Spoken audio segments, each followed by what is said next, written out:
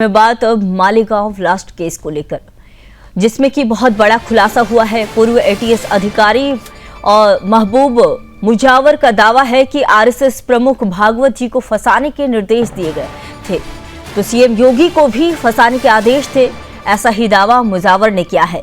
भागवत जी का नाम एफआईआर में जोड़ने को कहा गया था, तो भगवा आतंकवाद साबित करने के आदेश दिए गए थे। भगवा आतंकवाद थ्योरी एक झूठ, महबूब मुजावर ने यह दावा किया है। कांग्रेस सरकार ने ये साजिश रची थी फंसाने की, तो महबूब मुजावर ने मीडिया के सामने खुलकर कहा, मुझे ऊपर से आदेश था कि मोहन भागवत जी को गिरफ्तार करो, लेकिन मैं जानता था कि ये झूठ है, एक साजिश है। जब मैंने इन गैर कानूनी आदेशों का पालन करने से इनकार किया तो मेरे खिलाफ ही केस दर्ज कर दिया गया और मुझे सस्पेंड कर दिया गया। उन्होंने दावा किया कि यह पूरा षड्यंत्र राजनीतिक निर्देशों के तहत चलाया जा रहा था और देश के संतुलन को तोड़ने की कोशिश थी। उन्होंने कहा कि मेरे ऊपर दबाव था कि मैं योगी आदित्यनाथ का नाम एफआईआर में जोड़ूं, लेकिन मैंने सच्चाई का साथ दिया। यह बयान ऐसे समय आया है जब देश में विपक्षी राजनीति और सुरक्षा एजेंसियों की साख को लेकर बड़े सवाल खड़े हो रहे हैं। मुजावर के खुलासे से कांग्रेस की भूमिका पर फिर से उंगलियां उठने लगी है।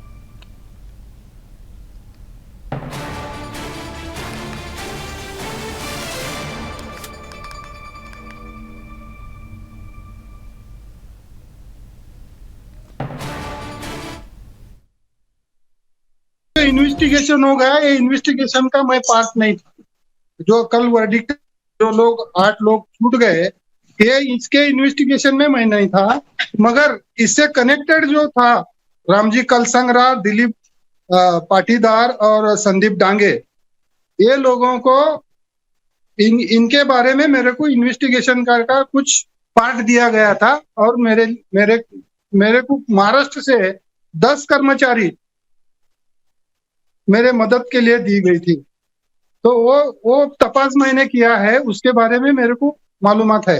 उसके अलावा माननीय मोहन भागवत जी को उन्होंने मेरे को अरेस्ट करके पकड़ के लाने को बोला था और ये सब ऑन रिकॉर्ड था, पूरा रिकॉर्ड पे था, मगर वो लोग बता रहे थे कि ये एटीएस में है नहीं। वो बताए थे कि हमारा है नहीं, एटीएस का है नहीं, मगर मेरे को लिखित में ऑर्डर थी, डेपुटेशन पे लिया गया था। 8 महीने मैंने वहां पे काम किया, तो झूठ काम करने के लिए लगाए थे, तो मैंने नहीं किया। नहीं करने से मेरे पे एक झूठा गुना दाखिल करके मेरे को अरेस्ट किया गया।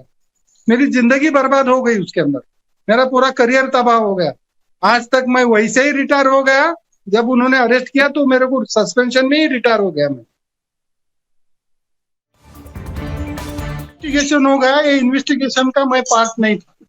जो कल वर्डिक्ट जो लोग 8 लोग छूट गए, ये इसके इन्वेस्टिगेशन में मैं नहीं था, मगर इससे कनेक्टेड जो था रामजी कलसंगरा, दिलीप पाटीदार और संदीप डांगे, ये लोगों को इनके बारे में मेरे को इन्वेस्टिगेशन का कुछ पार्ट दिया गया था और मेरे को महाराष्ट्र से 10 कर्मचारी मेरे मदद के लिए दी गई थी।